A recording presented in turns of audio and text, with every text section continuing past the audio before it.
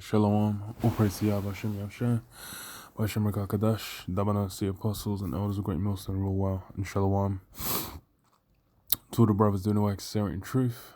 Got this article on The Guardian. It was basically covering how, the UK, England is done separately by country. Like England will do it separately, Scotland will do it separately, Wales will do it separately, Ireland will do it separately. But I think Wales already went back into lockdown a few weeks back, like early December, and Scotland and England basically today have both gone back into full lockdown, which really isn't even that much of a change, which is kind of funny still. But it's essentially the main thing is schools, everything except for unis is gonna be closed. Actually, I think unis might be work from home anyway, but I think they can still go in. But yeah, schools and colleges, secondary schools closed, primary schools closed, and then people are being told to stay home. But it's like same as with the other lockdowns before. Unless they're going out there bashing people's heads in and dropping fat fines on them, it's not really gonna have that much of a change, man. Because it's like people beat out, even though it's been like tier 4. People have been out linking up, going around, seeing their boys and girlfriends, getting FD, all that shit. So yeah. So it says, England will enter its toughest nationwide lockdown since March, with schools closed until mid-February, as Bojo warned that the weeks ahead will be the hardest yet, as new figures put the UK on course to exceed 100,000 Rona-related deaths before the end of the month without urgent action. Prime Minister said once again that people must stay at home, with exercise limits to once a day. All non-essential shops were to close from Monday night, and lockdown will last at least 7 weeks, with measures to be reviewed during half-term week.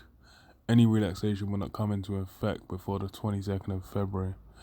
So it's just a week after urging millions of pupils to return to the classroom, Johnson announced all schools would switch to remote learning until the February half term, and GCSE and A-level exams were unlikely to go ahead. Yeah, they cancelled exams again as well. So as the Prime Minister said, parents would reasonably ask why we did not make the decision sooner. Adding, I completely understand the inconvenience and distress this late change will cause millions of parents and pupils up and down the country, because it's like literally from tomorrow.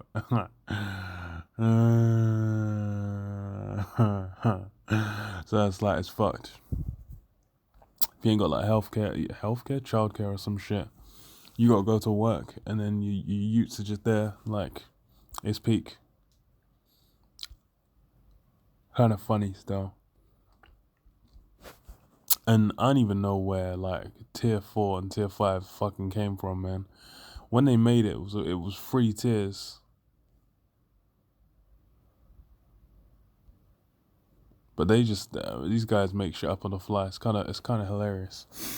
That's why it's really like, this shit is flexible as all hell. Whatever the government wants to push out gets pushed out, man. And that shows this is just the elites. There's guys above, the guys who appear to be in charge, who've given these guys their marching orders, man. And that's why it's about accumulation of power and the stripping away of the right to the people, man, which you're kind of seeing, because these are the things. That's what these elites are after. These elites are after getting people's minds under control to a certain level. They're about getting out certain agendas, man, like the Marx, and these things are being pushed. This is in an 8 p.m. address to the nation. The Prime Minister said he hoped that 12.2 million of the most vulnerable in society, care home residents and staff, frontline health, and social care workers all over 70s and the clinically extremely vulnerable would get the first vaccinations by mid-Feb. The vaccines minister Nadeem Zahawi later said that 4 groups added up to 13.9 million people in the UK or in England. Okay, now. So it says the UK was entering the last phase of the struggle, Johnson said, adding with every jab that goes into our arms, we are tilting the odds against the Rona in favour of the British people. The crackdown comes amid catastrophic figures for hospital admissions in England and warnings of a grim death toll by the end of the month. Johnson said on February 4th there were 26,000 patients in hospitals, up 30% on a week. Peak admissions was 18,000 in April. Country is now 40% above that level. Across the UK, there are 80,000 positive tests on the 29th of December, with the case rate 3 times higher than at the start of December. So yeah, it's kind of like, funny thing is like they knew Christmas, everyone was just gonna do it. It's a thing where it's like this thing is running rampant. Well, it appears to be running rampant on a completely different scale than in other places, man. Because everyone says like China's fudging the numbers, but then it's yeah, it's kind of funny because like the way the kind of approach and the level of restriction and that's being put out here, even compared to like how China was before. That's like China did it for a few, like 2 months and a half, 3 months, and then over here it's should become the norm. It's become the norm, like just having restrictions on. They take them off for like 2 weeks, so it's people are just getting very much used to it just being a thing where you're not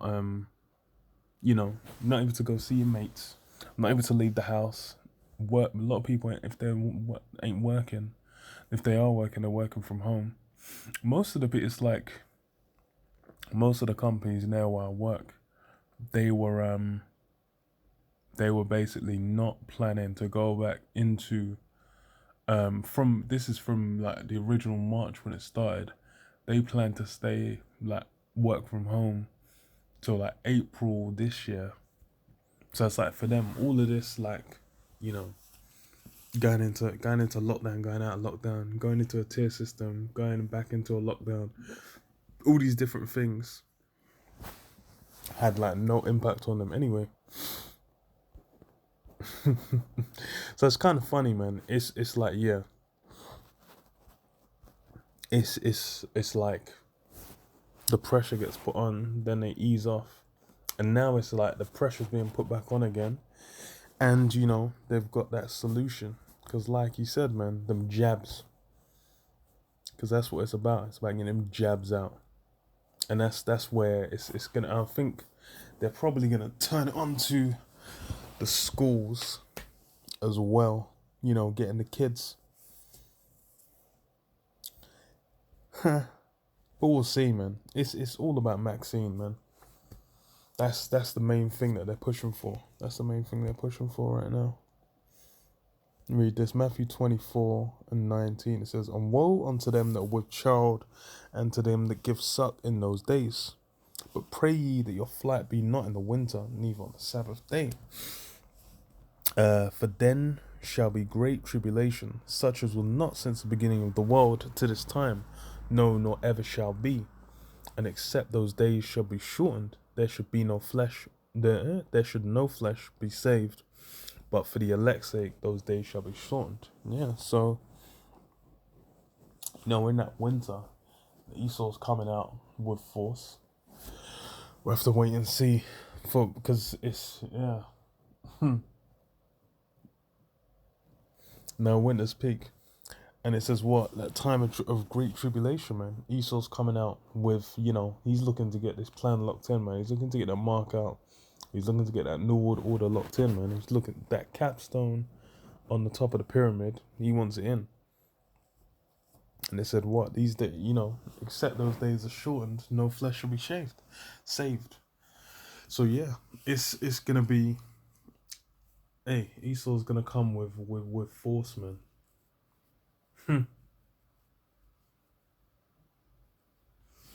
But yeah, for the elect's sake, those days are gonna be shortened. So yeah, it's for the sake of the elect. It's all for Yahweh Shem Yahshua Kadash.